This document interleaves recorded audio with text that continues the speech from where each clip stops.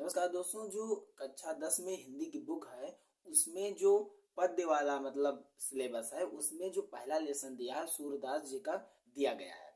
और उसमें पद में एक पद दिया गया है कि चरण कमल बंदो हरि राय। तो हम यहाँ पर इसके संदर्भ प्रसंग और व्याख्या करेंगे। तो संदर्भ में क्या लिखते हैं, हम लिखते हैं कि किस लेसन से लिया गया है, उसके लेखक कौन है। तो यहाँ पर हम लिखेंगे कि प्रस्तुत पदावरण या फिर पद का जो भाग दिया गया है ये हमारे पाठ्य पुस्तक के पद खंड से लिया गया है, जिसके रचयिता जो पद शीर्षक से हमारे मतलब बुक में उद्धृत है, जिसके रचयिता सूरदास जी हैं। अगर प्रसंग की बात करें तो प्रसंग में हम क्या लिखते हैं, प्रसंग में हम एक संक्षिप्त उसकी जो व्याख्या ही होती है, लेकिन संक्षिप्त रूप में कि आखिर कहना क्या चाहते हैं ये हम वहां पर लिखते हैं। तो यहाँ हम लिख देंगे कि इसमें प्रभु की वंदना करते हुए उनकी महिमा का वर्णन कर रहे हैं कि कितने दयालु है प्रभु, क्या क्या कृपा वो कर देते हैं।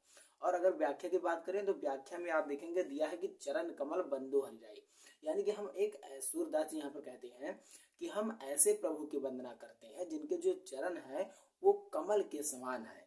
जाकी कृपा पंग गिरे लागे, यानी कि जिसकी कृपा हो जाने पर लंगड़ा व्यक्ति भी पर्वत को लांग सकता है और अंधे को सब कुछ दिखाई, अंधा व्यक्ति भी सब कुछ देख सकता है। बहिरो सुने गूंग पुन बोले, यानी कि बहरा व्यक्ति भी सुन सकता है, गूंगा व्यक्ति भी बोल सकता है।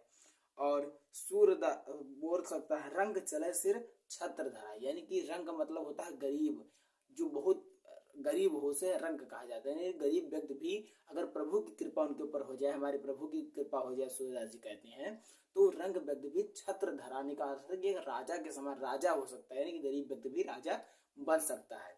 सूरदास स्वामी करुणा में बार बार बंदो होती पाई। सूरदास जी कहते हैं कि ऐसे प्रभु की वंदना मैं बार बार करता हूँ, क्योंकि हमारे जो प्रभु हैं वो बहुत करुणामय हैं, यानी कि करुणा के सागर हैं। वो बड़े बड़े दयालु हैं, उनकी कृपा से उन्होंने बताया कि क्या क्या हो सकता है।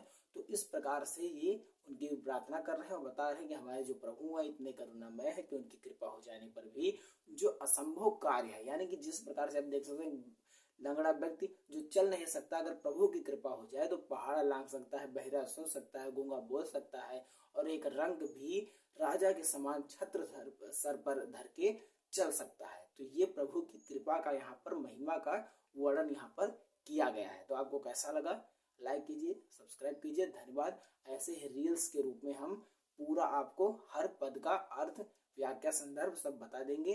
देखते रहिए। धन्यवाद।